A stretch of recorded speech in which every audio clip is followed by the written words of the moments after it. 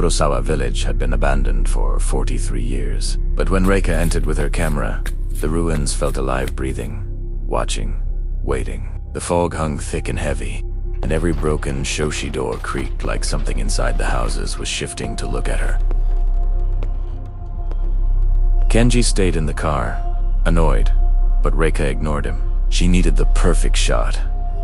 She moved deeper into the village and froze when she saw them dozens of red lanterns hanging from the shrine roof. Perfect. Clean. Glowing faintly in the dead daylight. She blinked, and they were gone.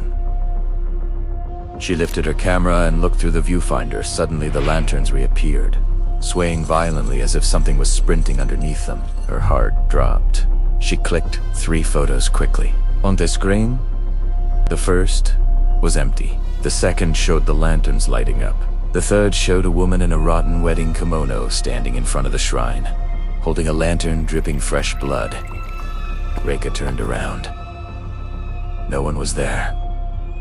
Then a whisper slid across her ear, cold as ice, the voice cracking like something dead trying to speak. Where is my groom?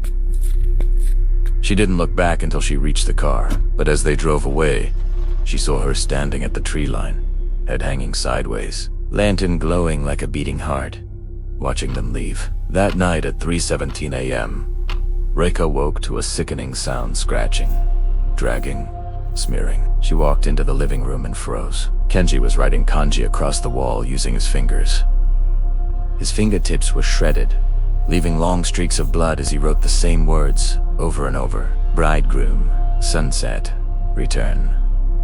His bloody footprints covered the floor, but there were no footprints returning to the bedroom. His head turned sharply toward. Her eyes blank white, mouth hanging open.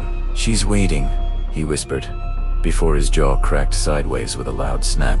When Reika shook him awake, he had no memory. Reika researched the village and discovered the truth. In 1982, the bride Yuki Shimizu had been abandoned on her wedding night. She waited with her lantern until midnight. But she didn't just kill herself. She murdered her groom, tearing him open and stringing his organs through the shrine-like decorations. Anyone who touched her lantern died screaming, turning cold and blue within minutes. The villagers tried fleeing, only a few made it before they vanished forever. As Reika closed her laptop, someone knocked on her bedroom door. Slow, deliberate, and she could see pale feet under the gap. A voice whispered, wet and broken. The sun has set. Bring me the groom. Kenji deteriorated quickly, nosebleeds. Freezing skin, black veins crawling up his neck. "She sees us through the lens," he whispered one night, voice not his own. Reika realized the moment she photographed Yuki, she created a gateway. The only way to stop it was to return. They reached Kurosawa again, and the lanterns were already lit, bleeding down their strings. Frost bit into Kenji's skin immediately. Then the air ripped open with screams as every lantern flared bright red. And then, Yuki appeared. Her kimono was no longer white, it was soaked in rotting black blood. Her neck was twisted where the noose broke it.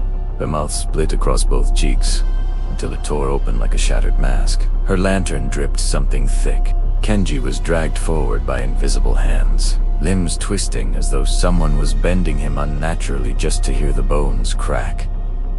Yuki held up her lantern. Inside it was a human heart still beating. Reika tried to grab him, but pale, rotten hands erupted from beneath the shrine floor, grabbing her ankles, dragging her down. They were the hands of every groom Yuki had taken. Kenji was lifted in the air. Yuki shrieked a sentence that shattered several lanterns and cracked Reika's eardrums.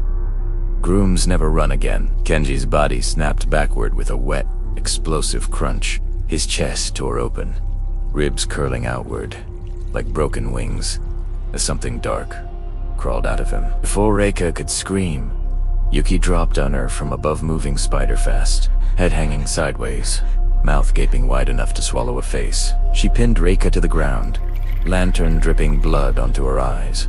The last thing Reika saw was the bride crawling onto her chest, whispering, "Now, you will wait too." 3 days later, Reika's abandoned camera was found at the village entrance. It contained 3 new photos. Reika running Yuki, crawling on the ceiling behind her, and finally, Reika's face mouth torn open, eyes white, holding a red lantern of her own.